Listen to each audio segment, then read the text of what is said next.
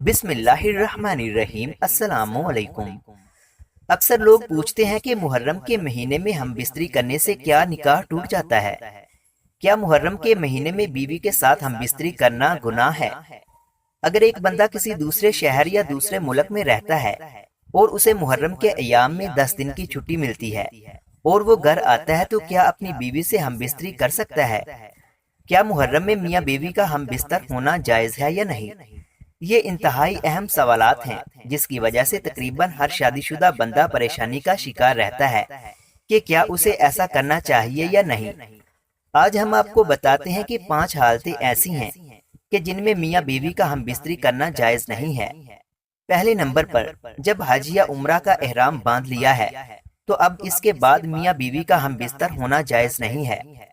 दूसरे नंबर पर, इत्तिकाफ की हालत में उस वक्त भी मियाँ बीवी का हम बिस्तरी करना जायज नहीं है। तीसरे नंबर पर, जब मर्द या औरत या दोनों में से किसी का भी रोजा हो, चाहे फर्ज रोजा हो या नफली हो, इस हालत में भी मियाँ बीवी का हम बिस्तर होना जायज नहीं है। चौथे नंबर पर, जब औरत हैज की हालत में हो यानी मखसूस अयाम में हो, तो उस वक्त भी मियाँ बीवी का हम बिस्तर होना जायज नहीं है।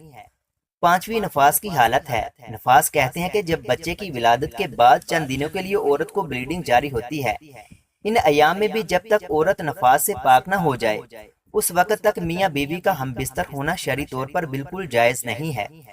लिहाजा ये 5 हालतें या 5 औकात ऐसे हैं कि जिनमें मियाँ बीवी का हम बिस्तरी करना जायज नहीं है। इनके अलावा जिन अयाम में चाहें या जिस महीने में चाहें या फिर जब चाहे मियाँ बीवी हम बिस्तर हो सकते हैं, लेकिन 1 मुहर्रम से लेकर 10 मुहर्रम तक गम और आज़ादारी के अयाम होते हैं। इसलिए इंसान को जितना हो सके इन 10 दिनों तक परहेज करना चाहिए, क्योंकि मुबाशरत एक खुशी और सुकून का जरिया है। इसलिए आप खुद सोचें कि क्या इन शौक के दिनों में आप खुशी हासिल करना चाहते हैं, जबकि इन दिनों में इमाम हुसैन अलैहिस्सलाम ने अपना सर कटाकर अपने नाना के दीन को बचाया है। मजीद इस तरह के इस्लामी वाक़यात और सबक आमोज कहानियाँ सुनने के लिए हमारे YouTube चैनल इल्मी रूम को सब्सक्राइब लाजमी करें। मिलते हैं अगली वीडियो में।